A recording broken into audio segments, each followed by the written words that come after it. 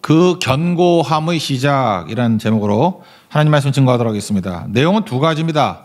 바울 선교팀이 로마 교회를 향해서 문안 인사를 드리는 게 앞부분 나오고, 마지막 이제 25, 26, 27장에는 절에는 삶을 갈라놓는 분기적인 복음을 다시 한번 강조하고 있습니다. 두 가지 내용인데 연결되어 있습니다. 한번 차례대로 살펴보겠습니다. 첫 번째는 선교팀의 문안입니다. 여기서 할 수 있는 건 뭐냐면 겸손함이에요. 겸손함이 왜 중요하냐 하면은 계속의 힘이 있기 때문에 그렇습니다. 겸손, 그 계속의 힘. 교만하면 계속 못합니다. 근데 겸손한 사람은 끝까지 갑니다. 나의 가는 이 길 끝에서 나는 주님을 보리라. 겸손한 자만 끝까지 갑니다. 교만하면 못 간다라는 거예요. 여기 팀의 문안이 왜 겸손이냐? 사도 바울이 혼자 뛴 것 같이 이렇게 포장할 수도 있잖아요. 근데 혼자 스타 플레이어 같이. 근데 명확히 얘기하잖아요. 나는 팀으로 사역을 하고 있다. 우리 팀 지금 8명 나오거든요. 8명의 고린도의 베이스를 둔 팀이 너희들에게 문안을 한다. 나는 하나님의 도우심과 또 동시에 동역자들의 도움을 통해서 이 팀으로 사역하고 있는 것이다. 겸손한 것입니다. 교만함의 약점은 배울 수 없습니다. 교만한 사람은 안 배워요. 다 안다고 생각하니까. 그래서 오래 못 갑니다. 자꾸 지치는 분들이 있죠. 한번 그런 생각 한번 안 해보시겠습니까? 자꾸 지치는 사람들 보면은 자기는 그렇게 말하고 싶지 않을 건데 교만한 거거든요. 되게 자아가 강한 거예요. 맨날 나만 묵상해. 겸손이 나를 덜 생각하는 거라 그랬잖아요. C.S. 루이스의 정의에 의하면. 나를 너무 생각해. 나 자신을. 그러니까 낙심, 좌절 뭐 그런 거 많은 거죠. 그리고 오래 못 가요. 자기 묵상해가지고 오래 가는 사람 못 봤어요. 약 먹어야지 그런 사람들은. 겸손은 배울 수 있습니다. 나는 부족하다. 그러니까 배우겠죠. 그리고 keep going 할 수 있는 지속력이 있습니다. 그래서 끝까지 갑니다. 나의 가는 이 길 끝에서 주님을 봅니다. 그래서 무조건 겸손해야 된다는 것입니다. 겸손은 계속의 힘인데 이 keep going 할 수 있는 계속의 힘의 능력이 뭐냐? 한번 이게 말장난 같지만 한번 생각해 보세요. 이렇게 표현을 해요. 어떤 사람이 좋은 표현을 해. 그럼 호감이라 그러죠. 한 번 하고 마니까 여러분들 거기서 끝나는 거예요. 호감을 계속 표현해 보세요. 사랑이 돼요. 여기 되게 결혼하신 분들 보면은 어떤 놈이 계속해서 호감을 표시하다가 사랑인 줄 알고 결혼해서 지금 속았죠. 예, 그런 거예요.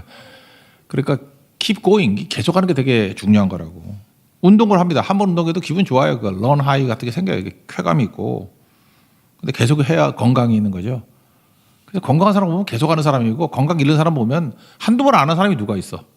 계속 못 하니까 문제죠. 글 쓰는 것도 한 번 쓰면은 뭐 발작이죠. 우연이죠. 근데 계속 글 쓰면 작가가 되는 거죠. 글 쓰는 작가. 나는 이순신 장군이 참 훌륭하다고 생각해요. 전쟁 중에도 일기 썼어요. 여러분 이제 평화 시에도 일기 안 쓰잖아. 일지도 안 쓰잖아. 근데 이순신 장군을 보면은 그 무슨 전쟁터에서 명랑해적 뭐 이런 끝나고 난 다음에도 써. 피곤하지 않나? 지금같이 무슨 뭐 컴퓨터가 있어요. 뭐 갈아야 되나? 뭐 물론 뭐 밑에가 갈았겠지만 찍어가지고 쓰고. 그죠? 이게 대단한 거죠. 그러니까 이순신 장군이죠. 이순신 장군은 제가 볼 때 장군 이전에 그는 어떤 문인에 가까운 것 같아요. 그죠? 그러니까 그게 힘이 있는 거죠. 기록을 남기니까. 한 번 행동하면 충동이지만 계속 행동하면 꿈이 된다는 것입니다. 그래서 keep going, 계속할 수 있는 것이 평범에서 비범으로 바꾸는 힘이 된다. 중요하다는 것입니다. 그래서 겸손해야 지치지 않습니다. 여러분 교만해서 지치는 거예요. 겸손하면 하나님 의지하고 내 힘이 아니라 하나님의 힘, 동역자의 힘 의지합니다. 그래서 계속할 수 있다는 것입니다. 한번 생각해 보세요. 대만 선교를 간다 이런 거 개인의 힘으로 간다 그러면 이렇게 계속 갈 수 있을까요? 18차, 19차 이렇게 갈 수 있을까? 못 갈 건데 하나님의 도우신가? 동역자들이 있으니까 어떤 내가 힘이 빠지면 딴 사람이 힘을 내주고 내가 빠지면 딴 사람이 연결해주고 그러다 보니까 쭉 연결되는 거 아니에요? 잘 보세요. 계속 할 수 있는 건 겸손함이라니까요. 혼자 못 뜁니다. 하나님의 도우심입니다. 동역자가 있어야 됩니다. 그런 거죠. 지금도 보면은 팀을 만들지 모르는 사람은 그거 투자하지 마십시오. 그 사람은 오래 못 가요. 그냥 발작적 믿음이에요. 그러다 끝나는 거죠. 팀으로 일해야죠. 오늘 아침에도 살폈지만 인자와 진리 또는 뭐 은혜와 진리 그런 거 이게 헤세드와 에메트죠. 에메트 특징이 뭐예요? 에메트 성실 뭐 이렇게 번역할 수 진리 이렇게 번역할 수 있는데 약속이 성취된다 그런 뜻이에요. 그러니까 결과가 나온다. 그러니까 에메트가 된다는 게 뭐예요? 성실이니까 keep going 계속할 수 있는 힘이 성실이죠. 그러니까 하나님은 인자와 진리가 넘치신 분, 하나님은 은혜가 넘치시고 그다음에 반드시 성실하시니까 이뤄내고야 말죠. 성취하시고 말죠. 하나님의 열심. 하나님 열심히 에메트에 가깝네. 그죠? 그런 거죠. 그러니까 겸손한 사람이 끝까지 가니까 겸손한 사람만 성실할 수 있죠. 교만한 사람은 성실할 수 없다라는 것입니다. 지금 바울이 지금 겸손하게 팀으로 일한다. 그래서 계속할 수 있는 힘이 이 팀에 있었다라고 지금 설명을 하고 있는 것입니다. 고린도에서 쓴 거거든요. 이 로마서가. 그래서 주로 고린도 베이스에 있던 팀원들을 지금 소개하고 있어요. 8명 소개하고 있습니다. 이거 내용을 보면 또 굉장히 도움이 되는 것 같아요. 첫 번째 디모데를 설명하고 있는데 디모데는 아다시피 경건한 가정에서 태어났죠. 우리 자문의 표현에 의하면은 어미의 토라. 그러니까 여자들이 말씀을 가정에서 아이들 가르치는 거거든요. 어미의 토라. 디모데후서 1장 5절 보니까 너 믿음이 있는데 그 믿음이 먼저 내 외조모 로이스, 외할머니의 믿음에서 나왔다. 로이스. 어머니 유니게 그 속에서 나왔다. 로이스에게도 있고 어머니 유니게에도 있던 그것이 내 속에도 있는 줄을 확신하노라. 그렇죠. 이게 뭐예요? 정확히 어미의 토라. 아이들 제대로 교육시키려고 그러면 여자가 좋아야 됩니다. 지금 이렇게 애들 교육이 안 된다는 건 여자들이 지금 뭐 직장 많이 나가고 뭐 믿음이 없고 소홀하고 그래서 그런 거죠. 그러니까 남자들 결혼할 때 누굴 봐야 돼요? 장모님을 봐야 돼요. 무조건. 장인은 깽판져도 괜찮아요. 장모님만 튼튼하면 그 어미의 토라가 있거든요. 그 흔들림이 없어요. 되게 중요한 거라고. 어미의 토라. 근데 디모데 보세요. 뭐 아버지는 언급도 없는데 어미의 토라가 그를 만들었다. 2차 전쟁 때 합류했죠. 그러고 난 다음에 그리스 쪽에 북쪽을 마게도냐라고 그러고 남쪽을 아가야라 그러잖아요. 아가야는 주로 뭐 고린도밖에 없죠. 고린도 지역을 아가야, 펠로폰네소스 반도 거기를 아가야라 그래. 아가야 북쪽 마게도냐는 뭐 빌립보, 데살로니카, 베레아 뭐 이런 데죠. 테베 뭐 이런 데 그런 데가 있다고요. 근데 일단 그 그리스 전도할 때 디모데 데리고 다녔고요. 그렇습니다. 그리고 고린도 문제, 이 아가야 쪽에 문제가 생겼을 때 디모데가 해결할 때 도움을 주기도 하고. 그래서 디모데를 설명하고 있어요. 디모데 지금 고린도에랑 같이 있는데 그 너희들에게 문안한다. 인물은 스스로 만들어지지 않습니다. 먼저 믿음의 어머니, 할머니 있었던 거고 또 신앙의 멘토인 바울이 있었죠. 그러니까 디모데는 참 복입니다. 이중으로 영향받은 거잖아요. 어미의 토라가 있었고 바울의 멘토링이 있었고. 그러니까 얼마나 좋아요. 이건 복이죠. 그래서 이런 복이 임하게 해 주십시오. 가정의 복, 또 멘토의 복. 그 디모데는 그러니까 크게 쓰임 받죠. 뭐 사도 이후 시대, 속사도 시대라고 그러는데 속사도 시대에 디모데만큼 잘 쓰임 받은 사람이 누가 있겠습니까? 그러니까 이게 복이라고요. 여러분들 구할 때 이런 복을 구해야 돼요. 하나님 가정에서의 어미의 토라, 아베의 무사르, 아버지의 훈련, 반복된 훈련, 또 이런 멘토의 복을 주십시오. 멘토링의 복을 주십시오. 이게 복이죠. 이거 아니고 맨날 돈 그러니까 문제지. 그게 수지가 돼. 돈은 사이드로 오는 거예요. 저절로. 뭐 그런 걸 추구해. 그러니까 보이지 않으니까 딴 걸 추구하는 거죠. 디모데의 복을 추구하라고. 디모데 이런 복이 있었다. 그런 거 설명하니까 듣는 사람들이 아 디모데 나도 저런 복을 추구하기를 원합니다. 그런 생각이 들겠죠. 그다음에 바울의 친척 세 사람이라고 보통 주석에 나오네. 누기오, 야손, 소시바더. 이 친척 세 명이 이제 2번, 3번, 4번인데 좋은 친척이 있었다. 그것도 맞지만 바울이 친척들에게 전도했다도 맞죠. 그러니까 여러분 가까운 사람들에게 전도해야 됩니다. 전도 우리 남전도에 지난주 보니까 뭐 노방전도 열심히 하시대. 찬양하고 막 하는데 내가 한번 물어볼게. 그거 찬양 듣고 교회 온 사람 있나? 나 아직까지 한 명도 못 봤어. 계속 부르는데 뭐 계속 뜨거워져. 자기들만 뜨거워져. 막 서로 격려하고 막 바카스 까주고 막 그러는데 실제로 전도되는 건 관계 전도입니다. 친자 들어가는 거, 친구, 친척 이런 거예요. 친자 들어가는 거. 친할 친자가 들어가는 이유가 뭐예요? 그 전도 대상자라는 거예요. 하여튼 이 사람이 친구예요, 친척이에요, 뭐 친인척이에요. 뭐 이렇게 친자 들어가면은 무조건 전도 대상자라고. 그 사람의 운명이 여러분에게 달려 있습니다. 사도 바울은 주변에 친척들 누기오, 야손, 소시바더 전도했다라는 걸로 봐야겠죠. 예, 그렇게 봐야 된다는 것입니다. 2번인 누기오인데 누기오는 누구냐? 구레네 사람이고요. 그다음에 안디옥 교회의 교사 중에 하나였다라고 얘기를 합니다. 뭐 누기오 자세히 모르겠어요. 야손은 좀 알겠네요. 3번 야손.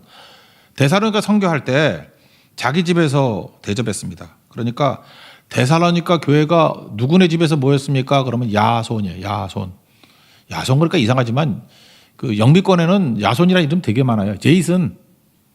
근데 제이슨은 보니까 그 양들의 침묵 이런 데 볼 때 이렇게 뭐 살인자들인가 하도 제이슨이 많아. 그런 거 못 느껴요?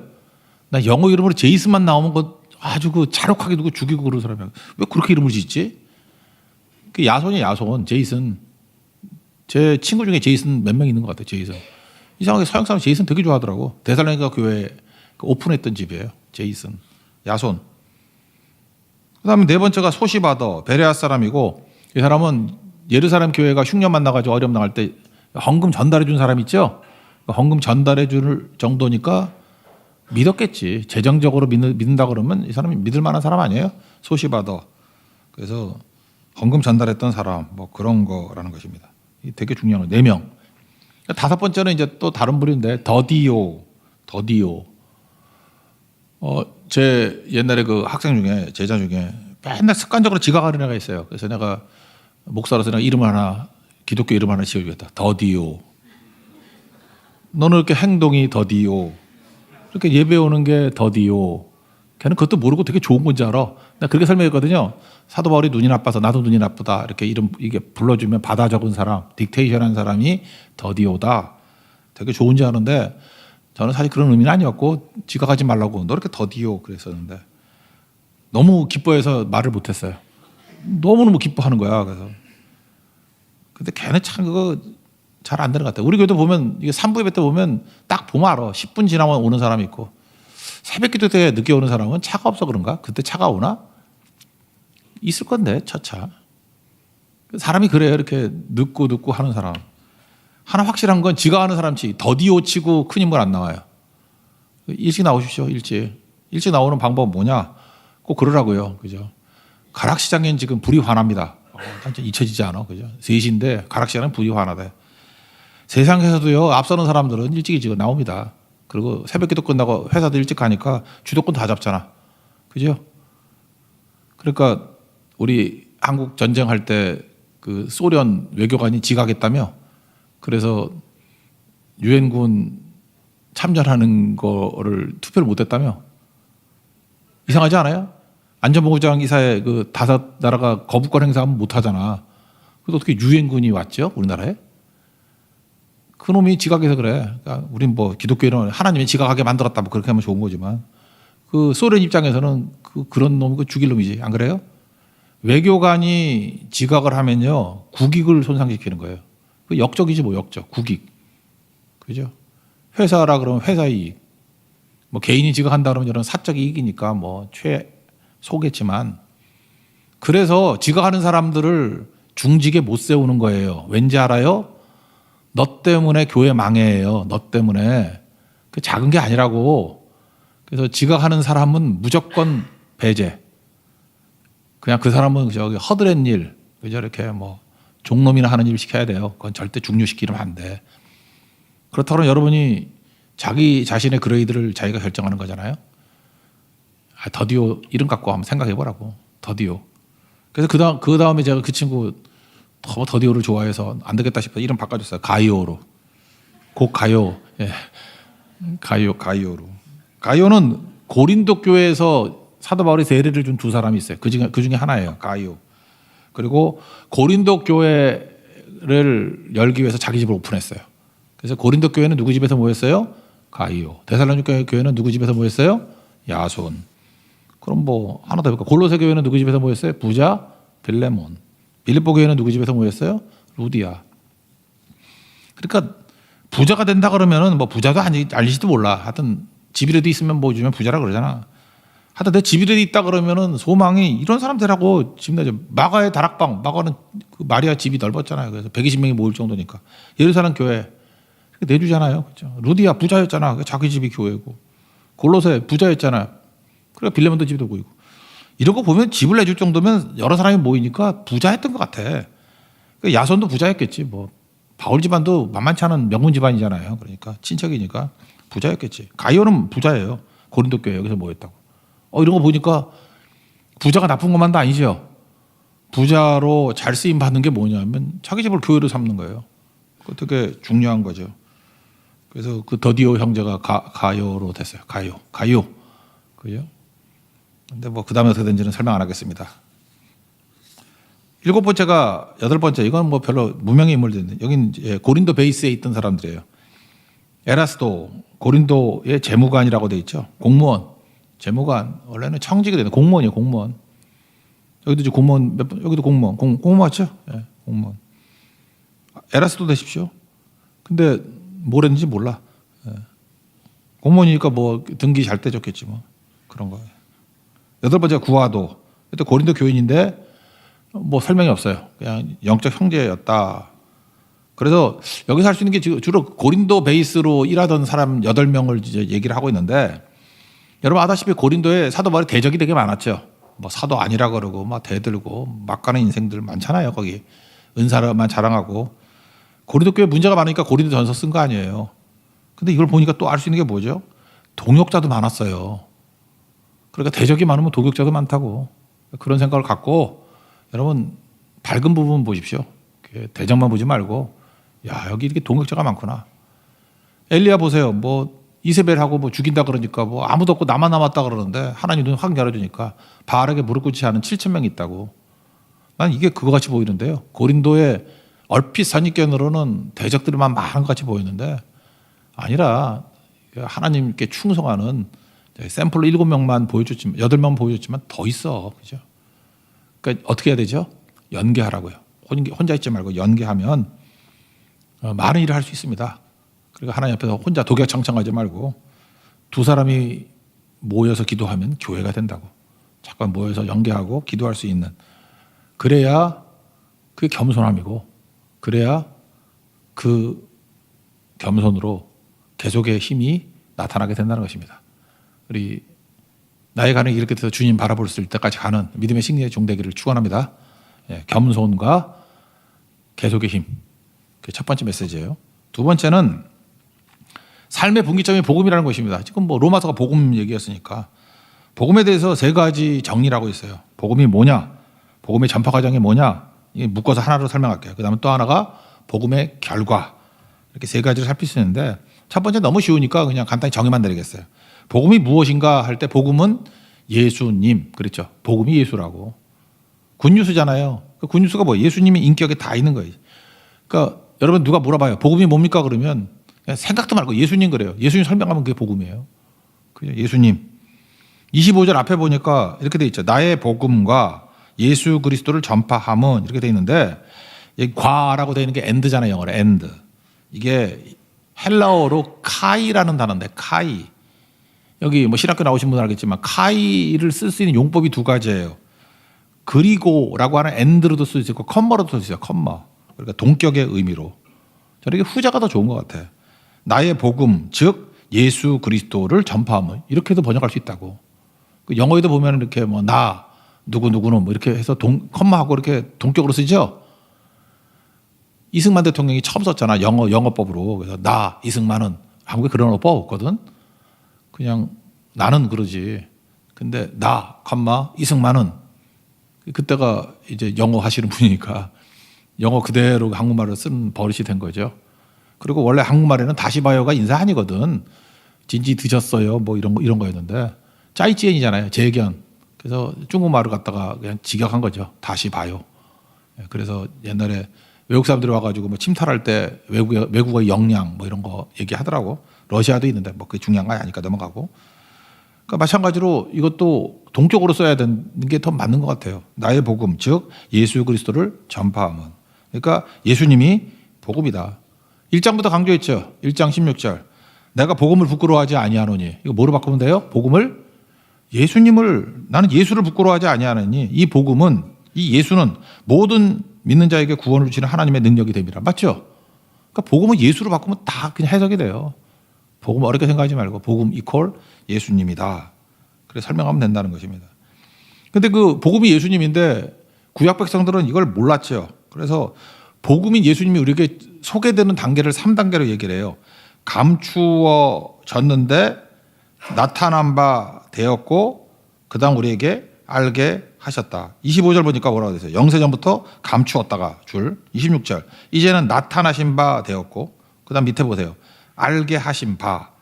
그래서 복음인 예수님이 우리에게 소개되는 과정이 감추어졌고 구약에는 그다음에 신약에 예수님이 오셔서 나타난 바 되었고 그다음에 이제 성령께서 하시는 일이 뭐예요?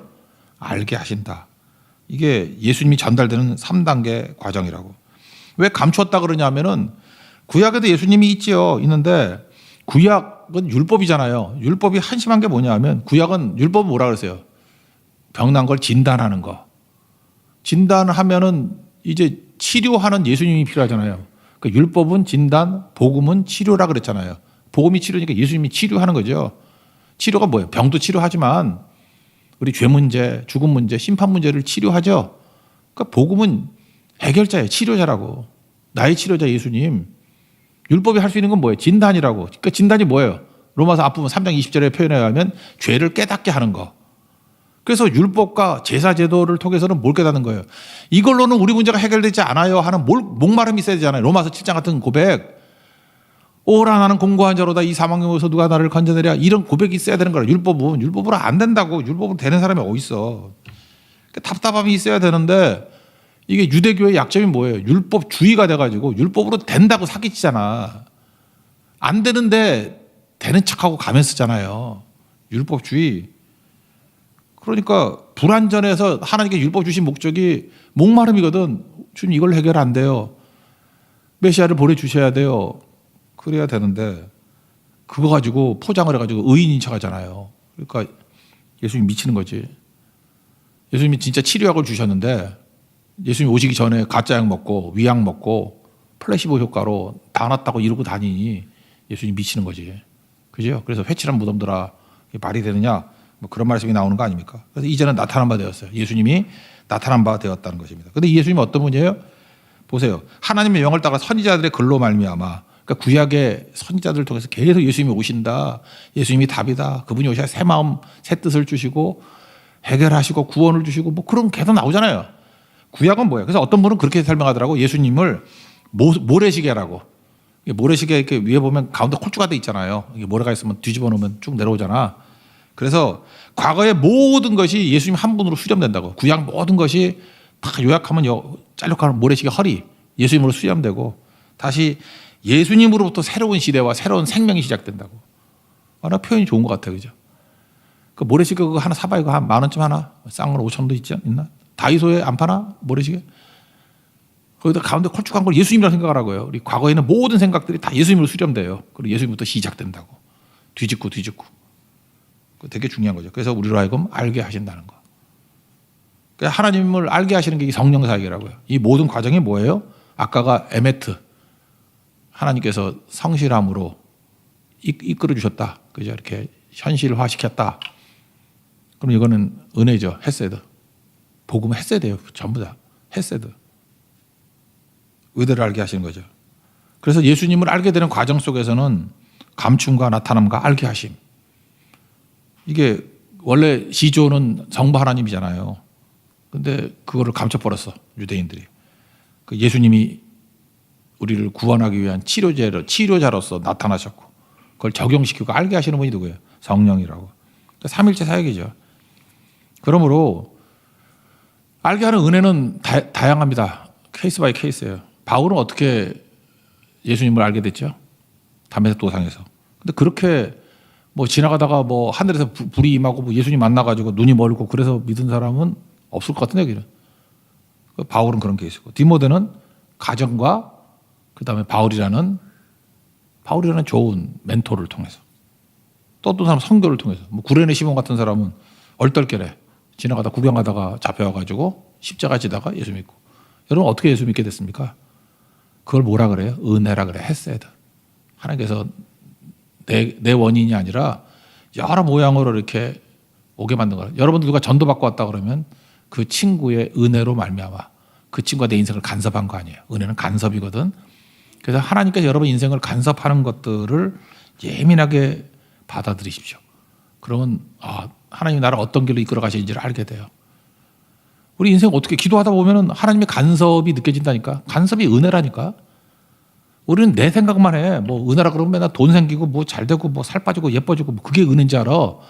그게 아니고 하나님의 간섭이라니까요. 내 인생을 간섭해가지고 고난을 이끌어가요. 우리 지난주 말씀같이 고난을 이끌어가서 이거 뭐지? 무슨 간섭이 이래?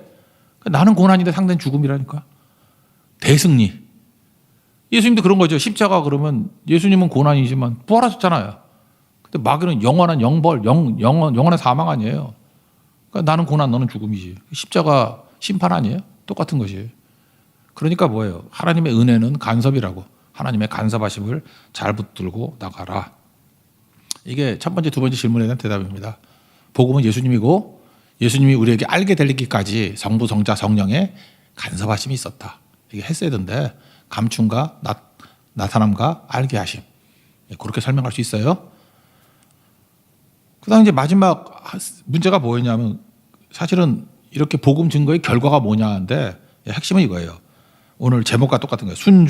순종이죠. 순종. 그 다음에 그 경고함의 시작. 여기 26절에 보니까 중간에 모든 민족이 믿어 순종하게 하시려고 순종했어요. 그 다음 마지막 이 복음으로 너희를 능히 경고하게 하실 이렇게 나오잖아요. 사람이 어떻게 변화가 되냐면요. 26절 중간부터 보면 세 개예요. 믿음. 우리에게 믿음 어떻게 생기죠? 뭐 로마서 10장에 맨날 나오잖아. 믿음은 들음에서 나면 들음은 그리스도의 말씀을 말하니라. 그러니까 말씀 듣고 믿었어요? 그 진짜 알죠. 그리고 믿고 난 다음에 사람들이 이렇게 생각해. 목사님 이상하게 나는 믿음이 연약해요. 믿음이 잘하질 않아요. 믿음이 견고하질 않아요. 그런다고. 그러면 믿었어요? 그러면 경고할 때까지 중간이 뭐예요? 믿음 다음이 뭐예요? 순종. 마지막에서 핵심은 순종이라고. 믿음, 순종이 있어야만 견고한 믿음이 된다고. 순종의 중요성이에요. 순종의 중요성. 그래서 믿고 순종하고 견고해지는 거. 이게 믿음이 견고해지는 3단계예요. 믿고 마음으로 믿어. 그죠? 그 다음에 순종하고 그러면 견고함까지 가게 된다라는 거죠. 구약의 예를 한번 들어봅시다. 하나님 믿었어요.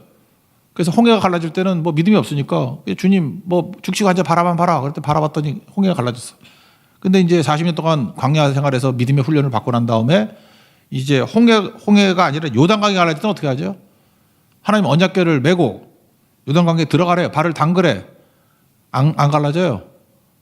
어떡하지? 걱정하면 안 돼. 계속 믿어야 돼. 순종해야 돼. 가라고. 어디까지? 중앙까지 가라고.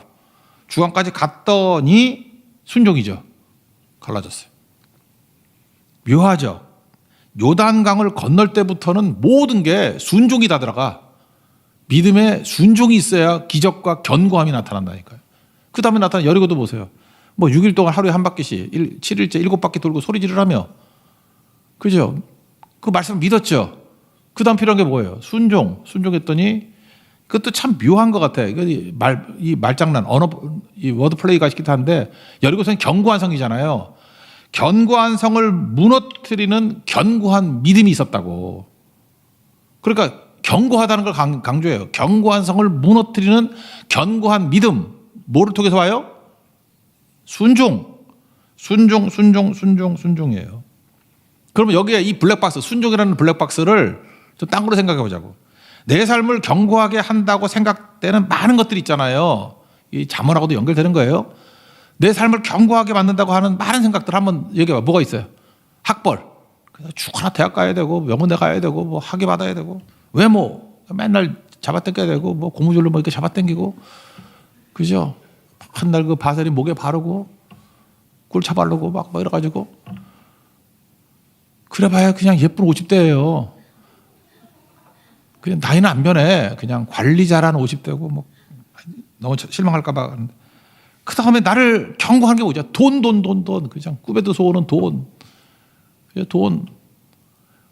오늘 뭐 축복에 이르는 길 4가지 그랬더니 저한테 메시지가 6개가 왔어. 보통 보내지도 않던 사람들이. 그냥 돈 번다 그러면 뭐 그런 건지 알고 그냥 좋다고. 좀 약간 서글펐어요. 약간. 그죠? 그런 거죠. 그러니까 내 삶을 견고하게 하는 많은 것들 그거 아니라는 거예요. 아니라는 거. 이게 내 삶을 견고하게 하는 게 아니고 여러분 내 삶을 견고하게 하는 것들은 하나님 말씀에 대한 순종이 있다고. 왜 믿음이 안 자라요? 순종 안 하니까. 지금도 보세요. 이렇게 말만 얍삭하게 하는 사람들이 있고 잘 안 움직이는 사람들이 있죠. 아멘 이러고 뭐 예배 때는 오지도 않고 성교 때 가지도 않고. 순종이 없으면은 그 사람 믿음이 견고해질 리가 없어. 나의 가는 이 길 끝에서 나는 주님을 보는데 걔는 안 보여. 순종이 있어야 견고함이 있고 견고함이 있어야 끝까지 갑니다. 그래서 사도 바울이 지금 로마서 마지막을 얘기를 하면서 믿음의 순종을 강조하는 거예요. 그래야 견고해진다. 리고렌이 그 로마서 쓴 거 있대. 마지막에 이런 게 있대요. 인간은 뭐든지 헌신한다. 뭐 인간 아까도 얘기했잖아요. 이게 삶을 견고하게 한다고 생각하는 거. 어떤 사람은 학벌에 뭐 헌신하고 외모에 헌신하고 돈에 헌신하고 뭐 자녀 키우는데 헌신하고. 아, 자녀 키운다고 뭐 난리치고 있잖아요. 뭐 새벽기도도 안 나고 밥 해준다고. 애가 밥 먹어서 공부를 잘하나? 기도를 해야 잘하는 거지. 그러니까 벌써 그 어머니의 이 정신 세계를 알겠죠. 밥이 공부를 잘하는지 알아. 그러니까 그 엄마도 공부 못했을 거야. 밥이 공부를 잘하게 만든데 나 참 이해가 안 돼. 그죠? 이게 뭐 연결이 안 되잖아. 오히려 기도를 해주고 그냥 사 먹으라고 해 낫지. 리고렌이 그래요. 인간은 뭐든지 헌신한대요. 근데 질을 얘기하는 거예요. 퀄리티. 위대함에 헌신하지 않으면 시시한 것에 헌신한다. 그래서 리고렌 그 교회 세들백의 3대 구호가 있잖아요. Great Commission, 위대한 사명. Great Commitment, 위대한 헌신. 이게 순종 아니야, 순종. 위대한 사명, Great Commission. 하나님의 나를 부르신 목적을 보라는 거예요. Great Commission, 지상명령. 그다음에 중간이 뭐냐? 똑같아요. 로마서 보면서 이 순종을 강조하면서 순종이 Great Commitment, 헌신, 순종이라고. Commitment. 그러면은 Great Christian, 위대한 크리스천, Great Church 뭐 이런 게 되겠죠. 위대함이 이르게 된다. 우리도 예외는 아니라고 생각을 합니다. 여러분 하나님 앞에서 마지막 순종입니다. 순종. 이 순종을 꼭 깨닫고 순종의 마지막 얼마나 영광스러운지를 알 수 있는 우리 하나님의 거룩한 종들입니다. 순종이 견고함을 준다. 그래서 마지막 복음을 찬미하는 걸 끝납니다. 우리도 이거 찬미하고 끝냅시다. 27절 읽겠습니다. 시작. 지혜로우신 하나님께 예수 그리스도로 말미암아 영광이 세세무궁하도록 있을지어다. 아멘. 팀 문안하면서 겸손을 했습니다. 우리 개척하는 힘이 거기서 나옵니다. 그리고 복음은 예수님이고 예수님 전파 과정에 헤세드 은혜가 임했습니다. 이제 믿고 구원받고 은혜 안에 찬송할 수 있죠. 이제 뭐예요? 그냥 다 헌신하는데 허접한 데 헌신하지 말고 영광이 아닌 일에 인생을 낭비하지 않는 것. 바로 뭐죠? 순종에 있다고. 순종, 그 견고함에 이르는 힘입니다. 그래서 순종을 통해서 그냥 흐물흐물한 게 아니라 견고하고 확실한 인생 사는 믿음의 종 되기를 축원합니다. 자리에서 일어나겠습니다. 후회하심이 없습니다.